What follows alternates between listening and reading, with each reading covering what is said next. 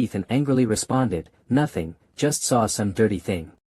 Wang Ziqin looked at Gu Chang'e and Yu Mingkong in surprise and said, "Isn't that Gu?" Ziqin, seeing Chang'e, secretly glanced at Chu Chu, thinking, "If there's nothing between these two, I'll eat poop." At this moment, the elder standing on the stage was announcing the time for the trial. In half a month, the true immortal Academy would hold the entrance trial, and based on the results, the elders would select their disciples.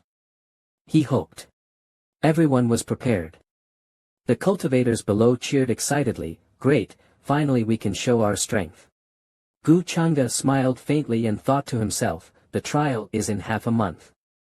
I'm curious what insights I'll gain by then." At the back, Xiang and Qin Huio stood together, both smiling.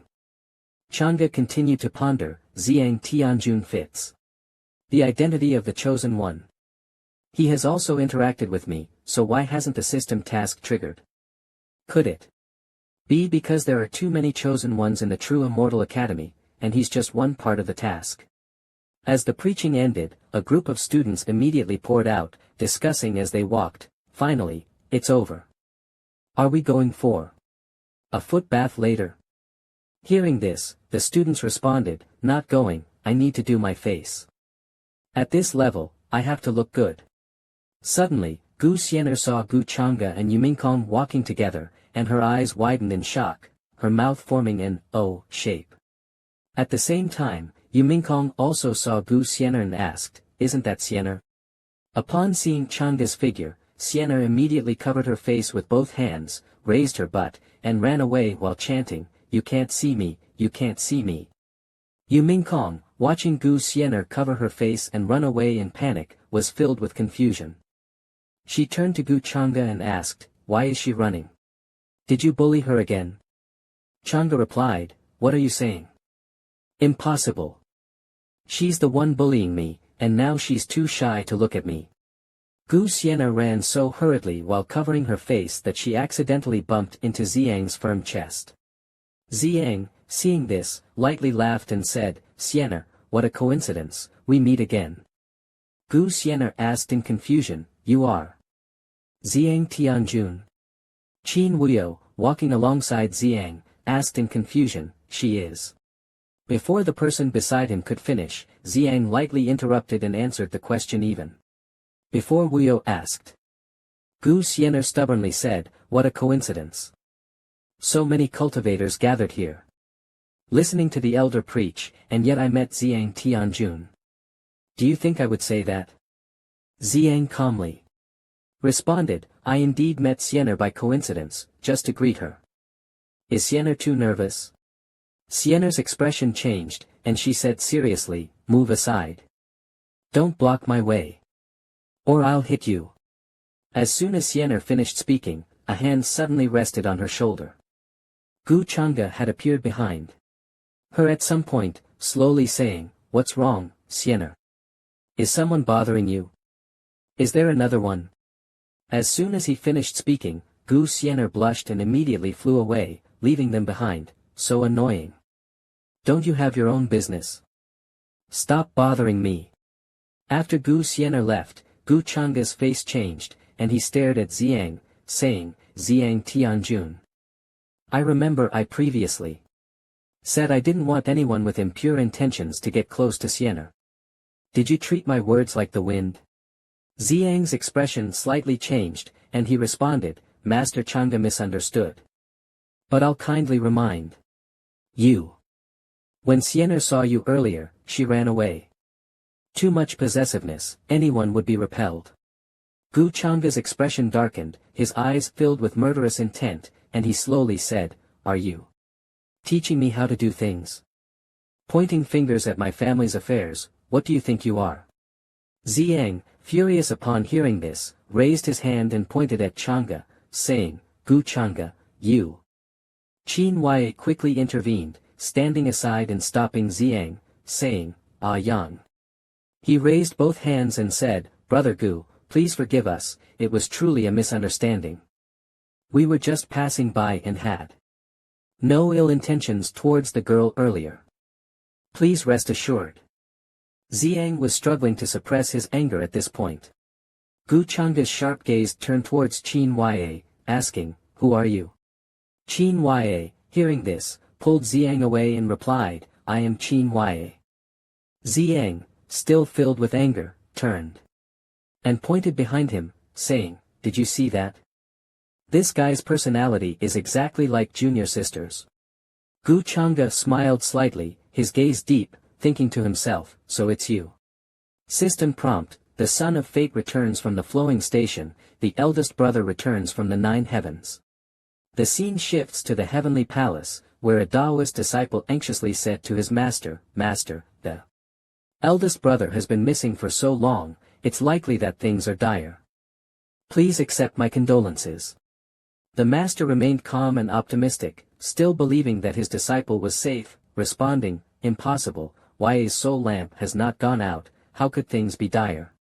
Suddenly, a voice called out, "Father." The master immediately responded, "I will wait here until Ya returns." Duan Wan, in tears, choked out, "Eldest brother Ya, he."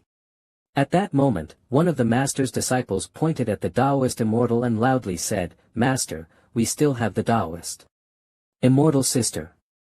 The master, hearing this, looked at the Taoist immortal proudly and responded, "Taoist immortal has never disappointed me, and neither has Ya."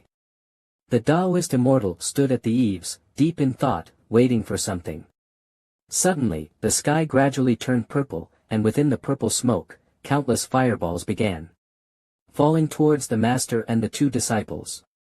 Seeing this, they all exclaimed in unison, "What?" Amidst the falling fireballs, an immortal lord appeared, falling at an incredible speed. The 3 looked on, shocked, saying, "That is."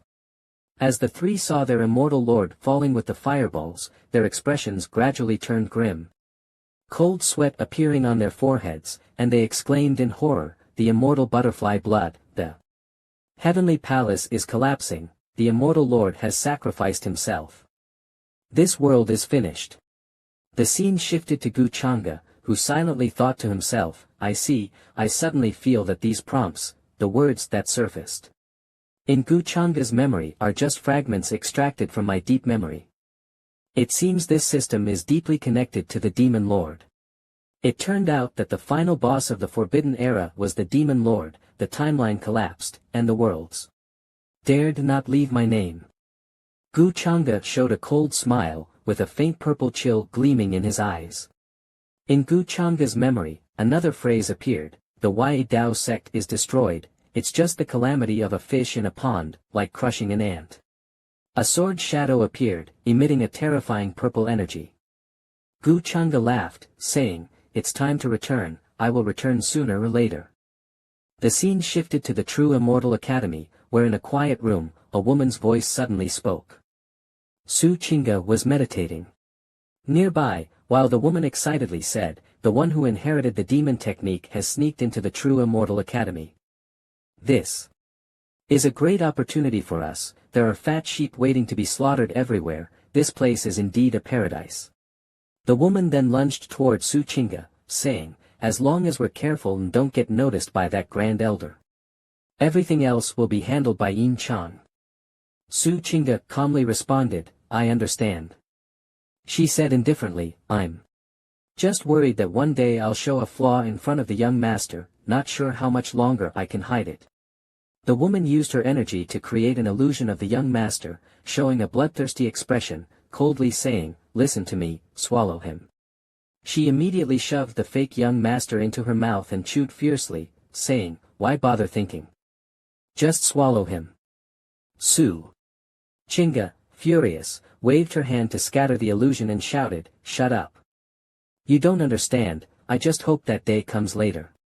The woman helplessly responded, "Humph, truly incurable." Gu Changa's expression became serious as he cupped his fists and respectfully said aloud, "Junior Gu Changa greets the elders of the academy." One of the elders spoke, "I didn't expect young Master Changa to visit so late, what brings you here?" Changa immediately answered, "The one who inherited the demon technique has infiltrated the True Immortal Academy, I can't just stand by and do nothing, I've come to ask the elders for any leads." One of the elders thought silently, "This guy is truly a troublemaker. The two elders beside him hesitated, saying, "This." Gu Changa saw the reactions of the elders and said, "It seems that the elders have no leads, but I have a method, though. It requires assistance." The elders responded, "Oh. The young Master Changa has a solution, please tell us more." One elder was surprised and thought, "What? He has a solution." Changa explained, "The reason why I say that a windy night is a night for murder is because the one who inherited the demonic art would never miss such a great opportunity. We just need to act separately, investigate each disciple's mountain gate, and eventually, someone will encounter him." After Changa finished speaking, the elders suddenly fell silent. At this moment, one elder spoke, Young Master Changa, have you considered how many disciples are in the academy? And, do you know how vast the academy is?" Gu Changa responded, "I know that there are already tens of thousands who have entered the academy. But I am not sure about the exact number. However, the academy is vast, comparable to an entire world." The elders asked, then, if young Master Changa knows that investigating each person will be time-consuming and labor-intensive, and it requires luck, what will happen if we don't encounter them tonight? Gu Changa calmly answered, "We will continue to investigate another day." Changa bowed to the elders and continued, "I know you elders are busy, and this method is like searching for a needle in a haystack. But considering that the one who inherited the demonic art is still at large, we cannot ignore this." Gu Changa confidently patted his chest and said, "Even if it's only me, I will spare no effort day and night to pull him out of the academy. It is the duty of every disciple of the academy." The elders, hearing this, all spoke up, "Good. Young Master Changa truly lives up to being a leading figure of the younger generation. This spirit of working tirelessly and sacrificing for the greater good makes my blood boil." As Elder Mo finished speaking, the other elders chimed in one after another, "Elder Mo, you." Elder Mo smiled slightly and said, "I wonder if I can accompany young Master Changa tonight." But in his heart, he secretly thought, I must not let him discover Ing Chang's identity. Changa understood Elder Mo's intention and burst out laughing. "What does Elder Mo mean by this? It would be a great honor to walk with a senior. On behalf of the disciples, I thank you, Elder Mo." But at this moment, Gu Changa thought to himself, the hook is set. As soon as he finished speaking, Gu Changa and Elder Mo headed toward the academy, chatting as they walked. Changa took the lead and said, "Elder Mo, I am truly grateful for your willingness to accompany me." Elder Mo replied, "Young Master Changa, there's no need to say so much, this is nothing." While they were talking, Gu Changa suddenly stopped and said with a determined gaze, "Elder Mo, I have another plan. The outer area of the academy is vast. We can split into two groups. If there are no abnormalities in each area, we can regroup at the next location. What do you think, Elder Mo?" Elder Mo thought to himself, is this a plan? Does Gu Changa's brain have a problem? Elder Mo began to be dismissive, loudly saying, "This plan is excellent." But in his heart, he thought, I'll play along, as long as I can keep you away from where Ing Chang is. Gu Changa pointed to one side and loudly said, "Then I will go this way." Elder Mo replied, "All right, be careful, my young friend." Seeing his plan progressing smoothly, Changa flashed a sly smile and thought to himself, "Elder Mo, I have a big gift waiting for you on your side. I wonder if it will meet your expectations." The scene switched to the academy, where Su Chinga appeared in front of a room. At the same time, a voice from inside asked, "Who?" Chinga pretended to cough a few times and said, "Senior brother, it's me. Has Chinyu gone to sleep? May I come in for a while?" The senior brother responded, "Chinyu, it's so late." While speaking, he secretly thought to himself and revealed a smug smile, "The one coming is quite a little temptress." The senior brother then approached and opened the door, muttering, "I'm coming. I'm coming." However, as he opened the door, he was stunned and surprised to find that the person outside was not his familiar Chinyu, but Su Chinga. Seeing that it was not Chinyu, his face instantly darkened, his brows furrowed, and he asked in shock, "Ah. You are not Chinyu. Who are you?" No one answered his question, and the door was immediately slammed shut. A terrified scream came from inside. "You. What do you want to do?" A powerful aura emanated from the room, and a piercing scream rang out. After sending the lecherous man on his way, the woman beside Su Chinga walked toward the senior brother's corpse. Laughing excitedly, "I didn't expect this guy to look unimpressive, but his flavor isn't bad." Just as the woman enjoyed the man's scent, Su Chinga's face changed drastically, and she exclaimed, "An elder is coming." Then Chinga pulled the woman and ran away, but the woman looked back reluctantly at the food and said unhappily, "What a buzzkill, I haven't finished yet." At this moment, Elder Mo descended from the sky, enveloped in a blue light. Su Chinga, seeing this, was horrified. And said, "It's over. My identity is exposed." The person beside her also spoke, "Damn. It's a supreme elder." Elder Mo said with uncertainty, What is going on? How is there another person who inherited the demonic art?" He thought to himself, "No, this woman's methods are real demonic arts, could Ing Chang be a fake?" Su Chinga was immediately afraid and said, "What should we do now?" The girl behind her responded, "We'll fight it out." Then, Elder Mo grabbed Chinga's wrist and pulled her toward a certain direction, saying, "Don't make a sound, follow me." At this moment, Gu Gu suddenly appeared and said, "Elder Mo, I have finished inspecting the area I'm responsible for, and I came here specifically to meet up with you." Elder Mo thought to himself, "Damn, how did this kid finish so quickly?" Gu Changa said in surprise, "Chinga, what are you doing here?" Chinga saw Changa and immediately became flustered. "This is it, the most complicated situation has occurred." At this moment, Gu Changa's expression suddenly changed and he said, "Wait, that's, a disciple has been attacked by the heir of the magic cultivation." Elder Mo turned around to look at the room behind him and thought anxiously, "Damn it, does this mean I have to kill Gu Changa to silence him?" Changa asked in confusion, "What exactly is going on?" Chinga stammered, "Young master, I. Elder Mo coldly said to Su Chinga, "Don't talk nonsense, otherwise I can't protect you. It seems like he knows you, what is your relationship with him?" Gu Changa said, "Elder Mo, do you think she is the heir of the magic cultivation?" "She is my maid. I, Gu Changa, swear by my Tao heart, she is definitely not the heir of the magic cultivation." Elder Mo frowned in thought, "I see." Su Chinga's expression darkened, and she whispered, "Young master, I'm sorry, but actually, I'm." Elder Mo turned to Changa and asked, "Young master Changa, I have one more question for you." "What does this mean?" Elder Mo continued, "I just fought with the heir of the magic cultivation, and it just so happens this young lady passed by here. So I wanted to ensure her safety and take her away. Do you think I am committing an act of harming the loyal?" Elder Mo's words left Su Chinga completely confused. Gu Changa's face grew cold, and he directly said, "Oh, didn't you make a mistake and treat Chinga as the heir of the magic cultivation?" As soon as he finished speaking, Elder Mo became enraged, unleashing a powerful blue force and shouted, "Nonsense! Do you take me for a fool? Watch your attitude toward your elders."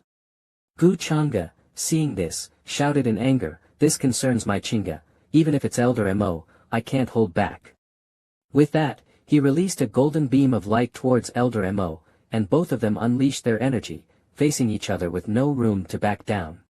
Su Chinga, seeing this, had tears welling in her eyes and softly called out, "Young master." The girl beside her, however, expressionless, said, "So eager to be moved. A person like him wouldn't do anything without a gain, he might be acting." System prompt, Su Chinga's favorability toward the heir of the magic cultivation increased.